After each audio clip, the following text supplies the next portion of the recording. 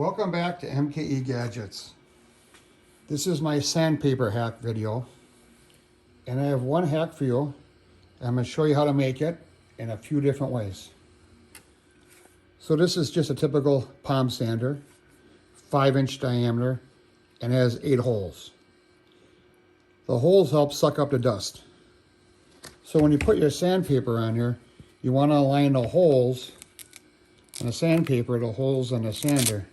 And you can get a couple of them on there if you're lucky, maybe not, you know. So I saw many years ago, somebody took a board and they put 2 pins in there, and that helped load it. So I have a 3D printer, and I printed this, and you poke 2 holes in there, and you fold it over like a taco, and you find 2 holes in your sander, and you kind of press that down, and now you're good to go.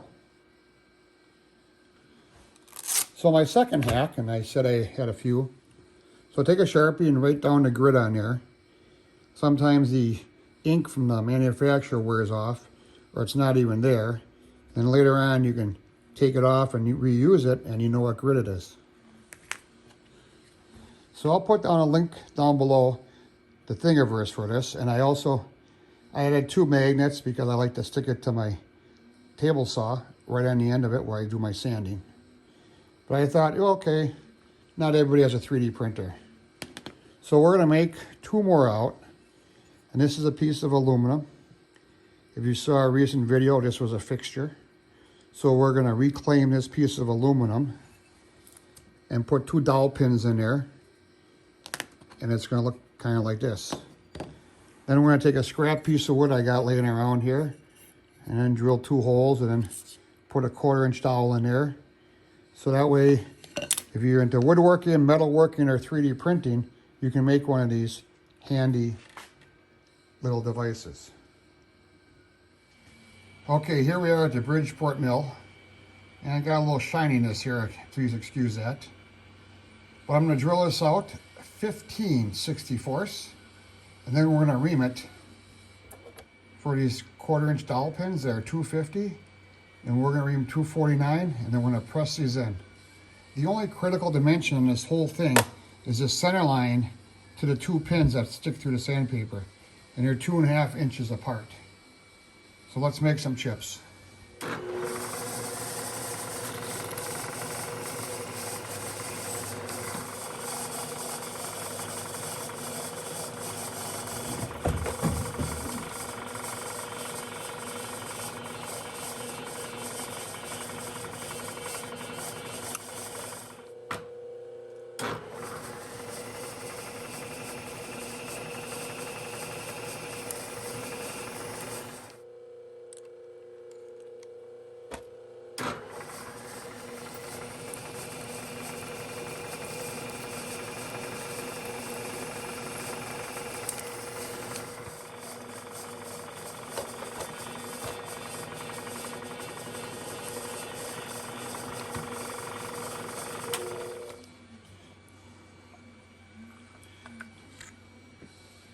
So with the holes drilled and reamed, kicks out a little burr here in the bottom. Off camera, I'm going to clean that up, and I'm going to push those 2 dowel pins in. So for my wooden one, I just cut a piece off here, and for dowel pins, I just cut off a piece here. Now nothing's really critical here, just this 2.5-inch dimension. Got my combination square here. I'm just gonna draw a line here. I'm just measuring over here 2.5 inches. I'm trying to be as accurate as I can. Draw a line there, and then come here and draw another line. All right. So these should be 2.5 inches apart. And they are close enough. So a scrap of wood is 3/4 wide. And I set my combination square for 3/8. And I draw a line here. I'll flip it over. And if we're off a little bit, we'll just catch the center of it. We'll do the same thing here. And flip it over.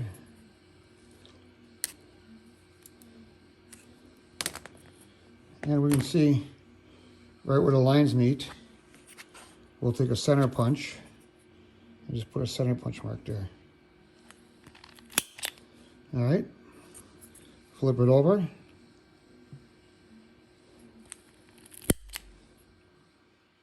Two center punch marks. Let's check it here, a little square. Yeah, we're around 2.5. Let's go over to drill press and drill this out for a 1/4 inch hole. So when you put this in your vise, make sure you put it in the center so you don't drill into the body of your vise there. So there's the center of that.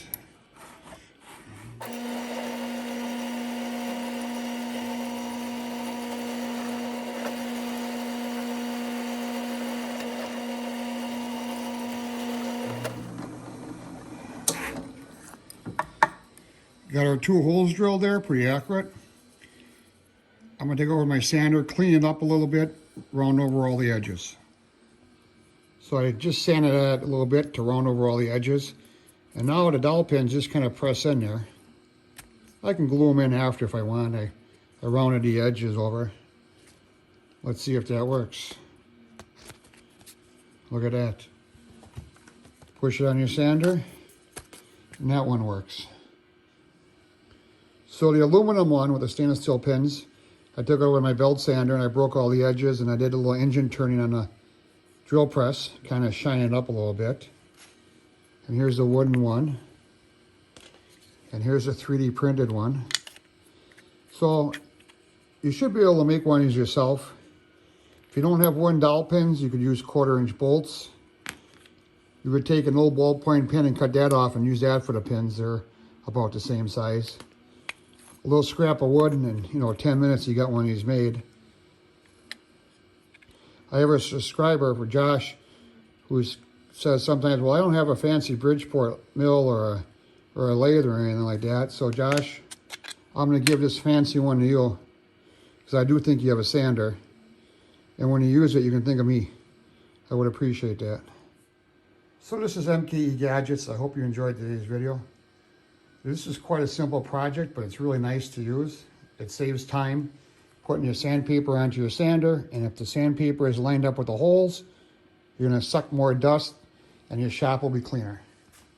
If you found this video helpful, please give me a thumbs up. Put a comment down below if you think you're going to make one of these. And please subscribe and share this with your friends. And don't forget, there'll be a link down below so you can print one off on Thingaverse. You don't need a 3D printer to make one of these. All you need is a friend with one. Thanks, we'll see you tomorrow.